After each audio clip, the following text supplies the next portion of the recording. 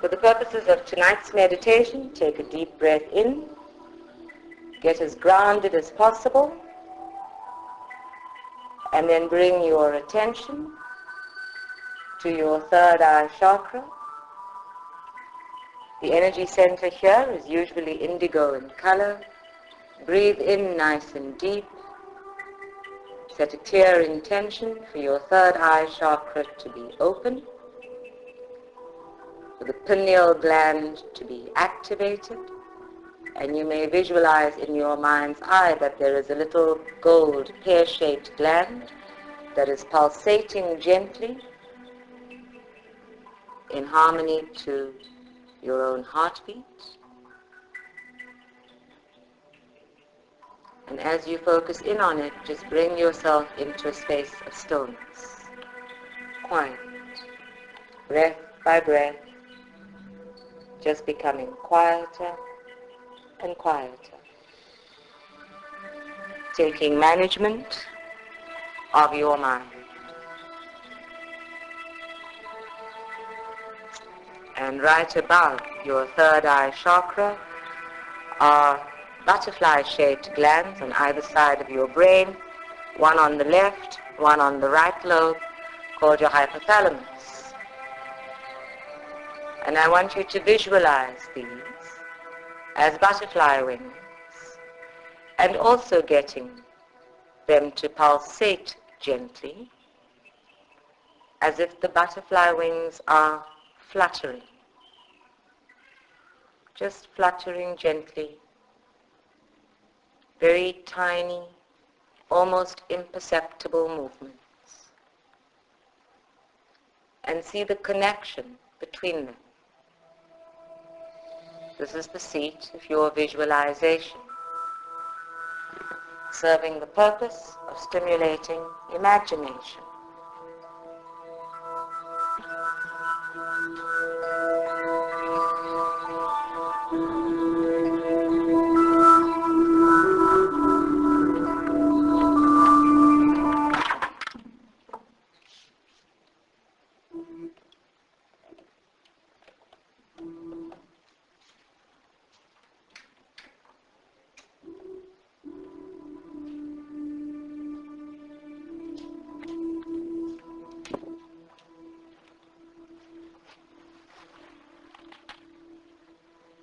And as you get quieter and quieter, I want you to bring your attention back to your third eye, and from there draw the energy down into your sacral chakra.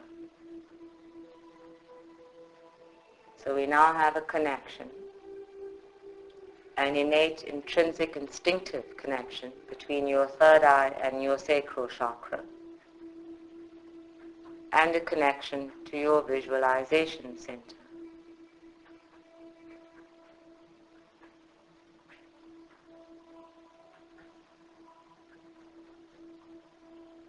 And once this connection is complete, take a deep breath in and let it go. Bring yourself back into a space of empty stillness. And I want you, from your memory, to bring up a picture of a circle and a square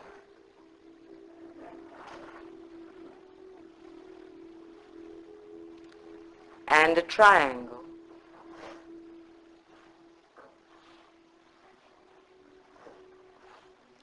and a star. These are all common shapes. An arrow facing upward.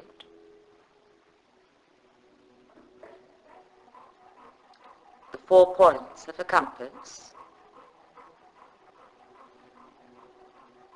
These are all common. You are able to see them clearly from your memory. And if you are unable to see them, you may imagine them. You may even sense or feel them in front of you. If I asked questions about whether the shapes are empty or full? Do you have a sketch, a doodle, a large shape or a small shape? Does it have a color? You would be able to give me answers, descriptions. If I asked you to make it bigger or smaller in your mind's eye, you would be able to do so, using your memory and your imagination and your capacity to visualize. And using that capacity, I now want you to imagine that you are standing, fully clothed this time, in front of a blackboard.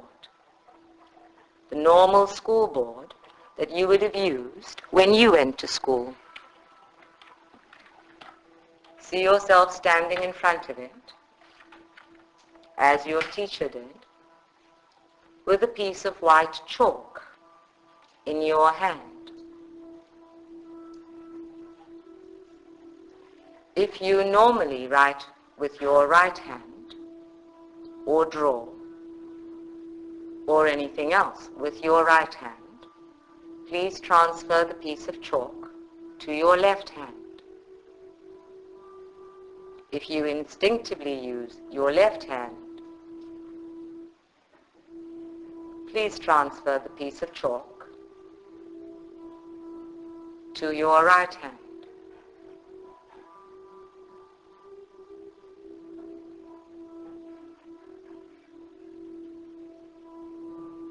Use whichever hand you do not normally use.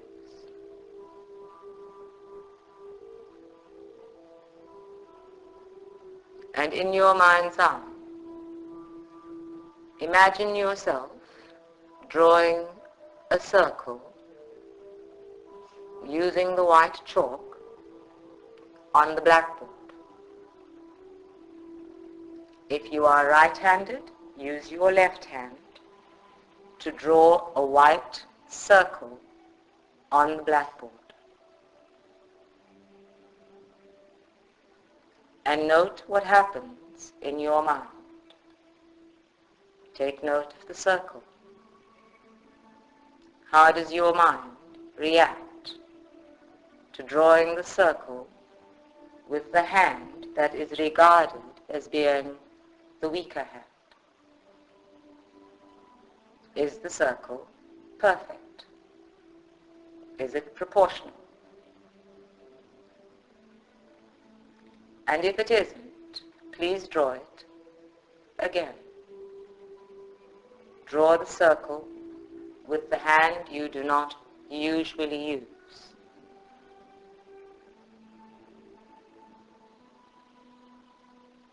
And when you have drawn the circle, and it is looking perfectly circular, draw another circle just inside it.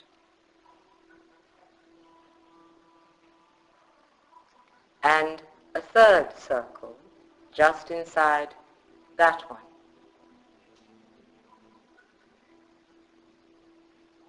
And a fourth circle just inside that one. And a fifth circle just inside that one. And then stand back and look at your set of concentric circles.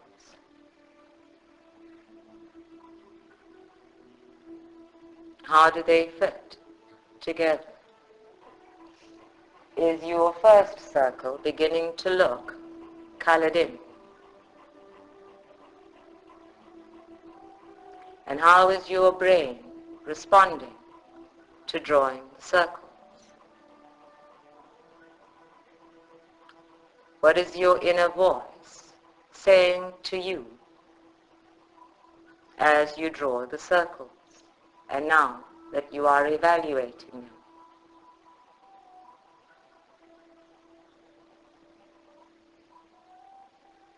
And because we are working in visualization, you may erase all of your drawing with a simple thought and come right back to a clear, clean blackboard and a brand new piece of chalk in your so-called weaker hand.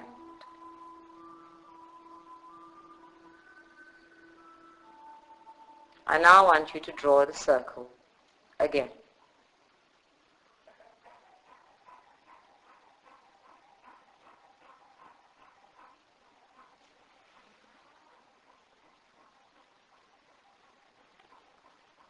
And this time, even as you draw it, I want you to begin coloring it in, shading it in exactly as you would in a coloring book. You may change the color of the chalk, but color the circle in so that we have a full circle. Whatever the color you choose is perfectly okay. If your circle is too small, make sure it's large enough to be seen from across the room.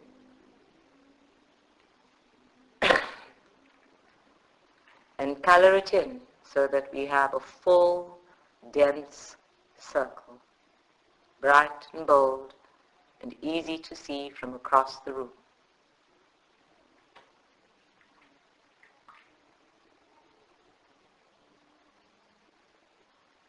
And now, picking up a completely different piece of chalk, I want you to draw a square over the circle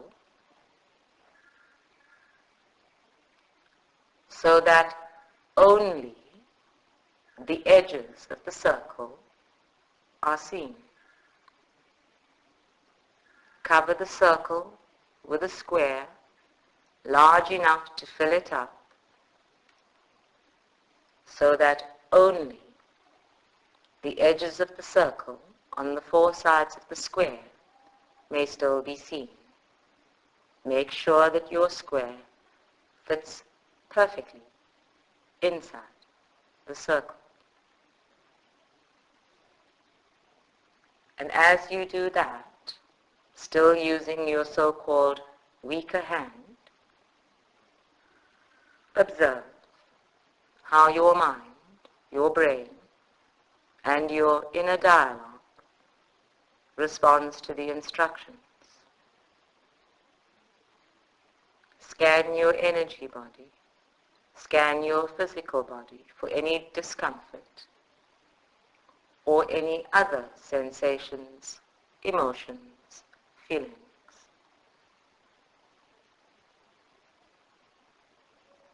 And if you are still present at this point, in your mind's eye, divide your square into two so that your square is now two triangles, two right angle triangles. And then step back and observe if the diagonal on your square goes from left to right, or right to left.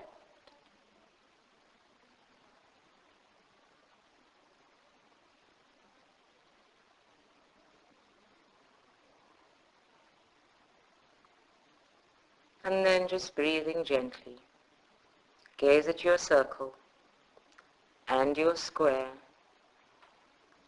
and your two triangles. And in your mind's eye, see them become separate entities,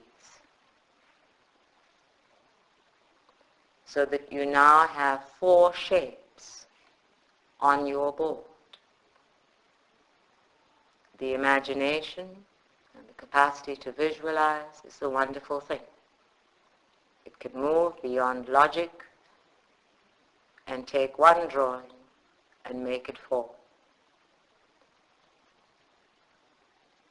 Move your circle and square and two triangles around the board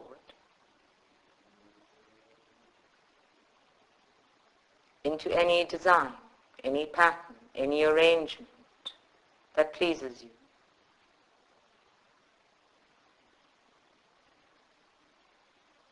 And when you are done, step back and observe.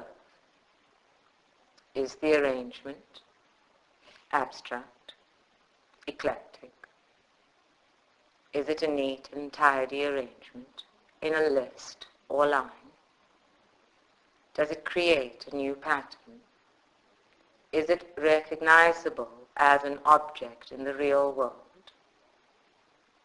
What sort of picture have you created? Is it perhaps color coordinated?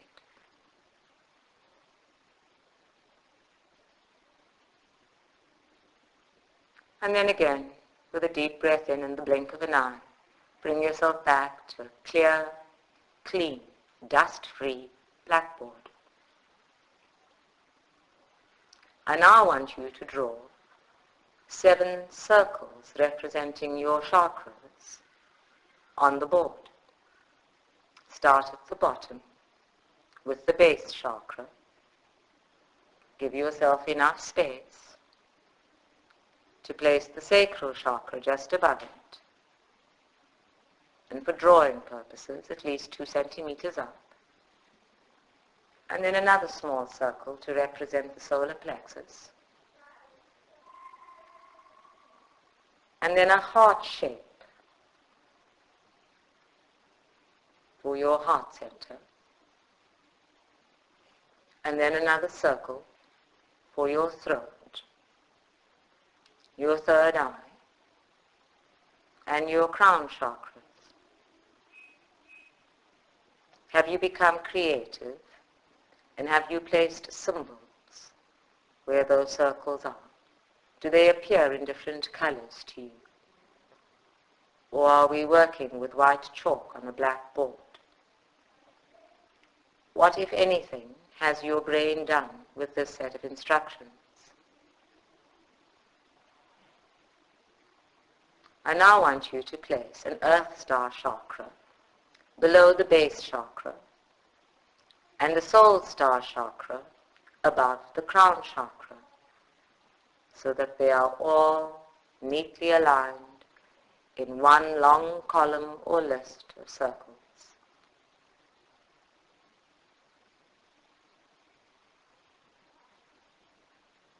And then very gently, with a line that curves upward from below the earth star chakra,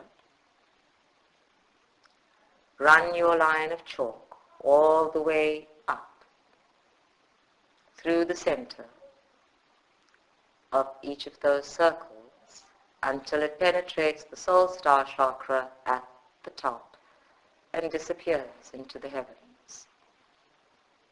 A long spine of light, exactly as you visualize in almost every meditation. Draw it, see it on the board, going through the center of every one of those circles from the earth star chakra all the way up to the soul star chakra.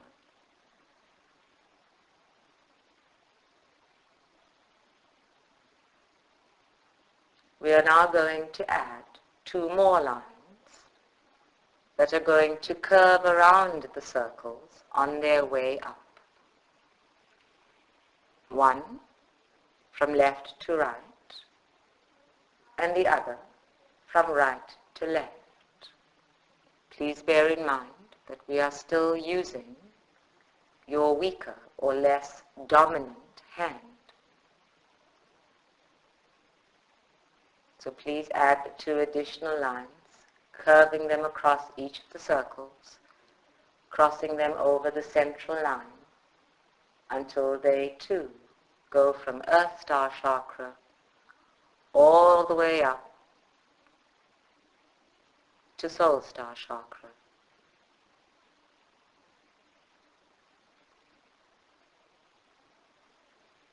And then step back and observe. Have you drawn that picture based on the instructions given? Have you drawn that picture based on memory, information that your brain already holds, pictures that you may have seen?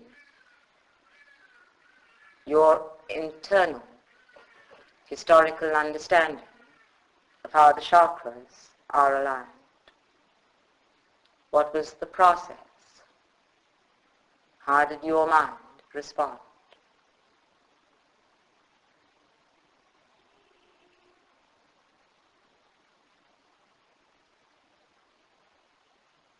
And just gazing at each of those circles,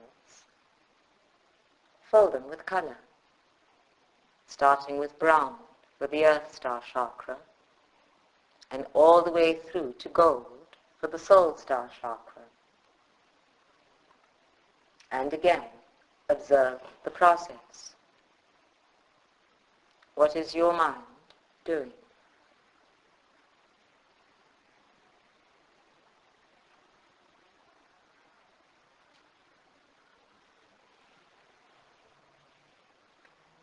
And when your picture is complete, sign your name across the heart.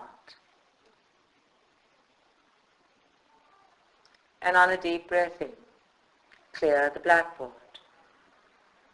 Put the chalk down, step back, and simply gaze at the blackboard. Just breathing gently, keep your mind, keep your attention and your imagination focused on the blackboard.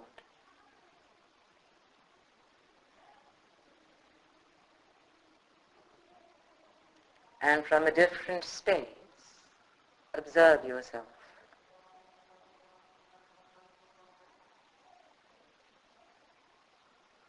What is your mind doing as you gaze at the blackboard?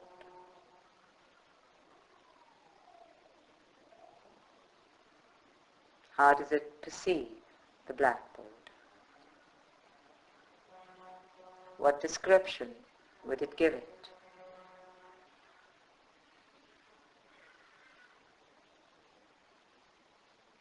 What are the internal processes unfolding as you are seated, breathing gently, gazing at the blackboard?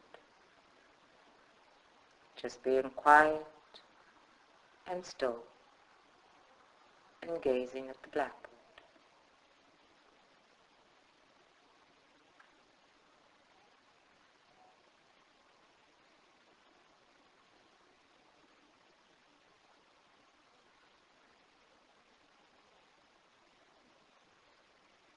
And as I speak the next few words, I want you to see them appear on the blackboard before you.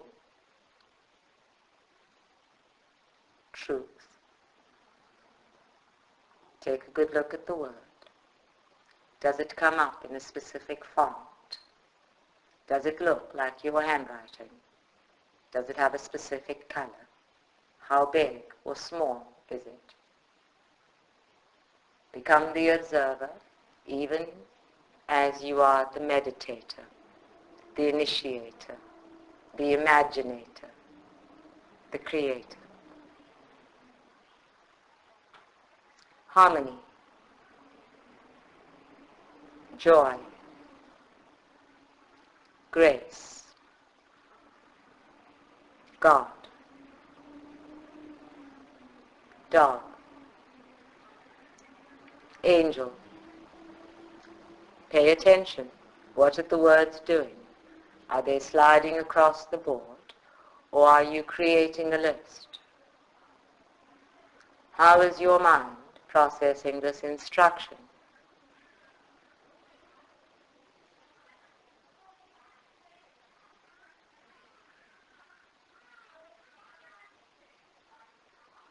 Pay attention. How is your mind responding to this entire meditation? Is it restless? Is it trying to figure out the purpose? Is it in resistance mode?